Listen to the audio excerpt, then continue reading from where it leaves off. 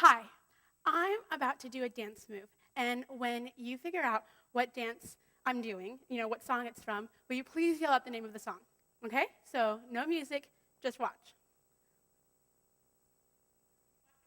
Good job! Yes, Macarena. Now, will you please raise your hand if you've ever heard that song and done the exact same move that I just did up here on stage? Pretty much everyone in the audience. Okay, now, will you please raise your hand if you've ever heard that song and instead did a completely different, completely innovative move than the one that I just performed? Anyone? That's what I thought. I remember when I was little, my mom took me to see a Christmas play. And when the play was over, somebody turned on the Macarena, and all the children from the audience rushed up on stage and started doing it. And I was like, wow, I can't go up there because I don't know how to do that dance.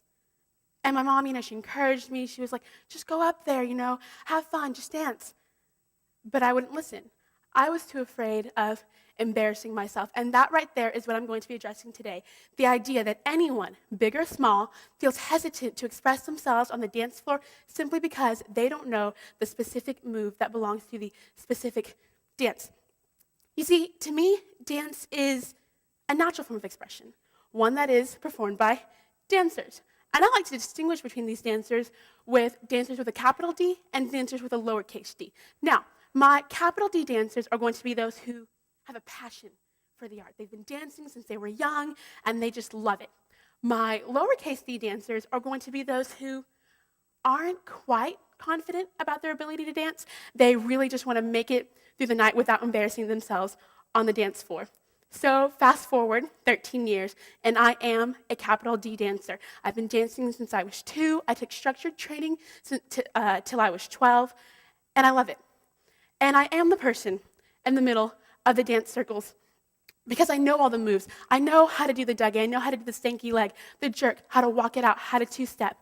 And while the attention is flattering and the adrenaline is pumping, I can't help but notice all the people standing and watching, all the people not dancing, because either A, they're too intimidated, maybe they feel like the person in the middle of the circle knows how to do the dance better than they do, or B, too embarrassed. They are way too afraid of embarrassing themselves to even entertain the thought of freestyling it out on the dance floor.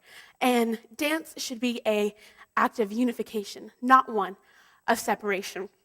So you may be wondering how I learned all these dances, and I'll be honest, I learned them straight off of YouTube tutorials. Me and my friends, we get together, we spend hours trying to learn these dances in preparation for the upcoming homecoming or howdy dance so that, we can be in the know. And I mean, why not, right? It's free, it's easy access, not easy.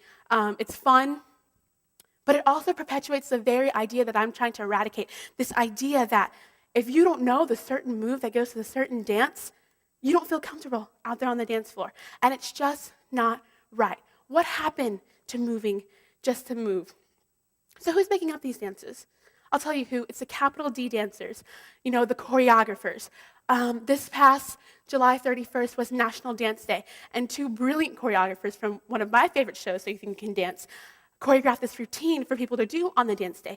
And brilliant idea, brilliant routine, perfect way for people to get up and start dancing on the dance day. However, I know that these choreographed routines and dances like the Macarena, dances like the Cupid Shuffle, they instill a sense of safety in the dancer because they know that the way I'm moving is the way she's moving, is the way he's moving. But it also detracts away from individual expression, the true meaning of dance. You see, the choreographers, they already know how to move, just to move. They already have the passion. They can hear a piece of music, and they can move their bodies accordingly.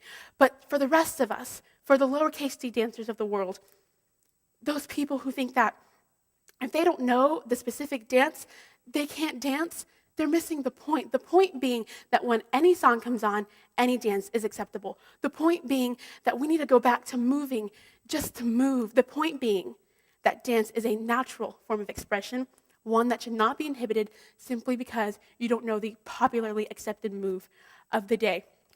So none of this is to say that you should stop learning these dances off of YouTube tutorials. Please don't. I do it. I love it.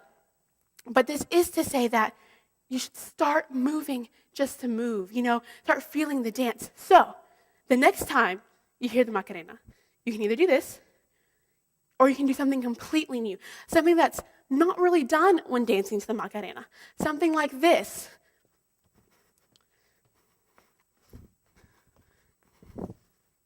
And have confidence knowing that both of those moves are equally as amazing. I think a traditional African proverb says it the best. If you can talk, you can sing, and if you can walk, you can dance. I'm Azania. Thanks for listening.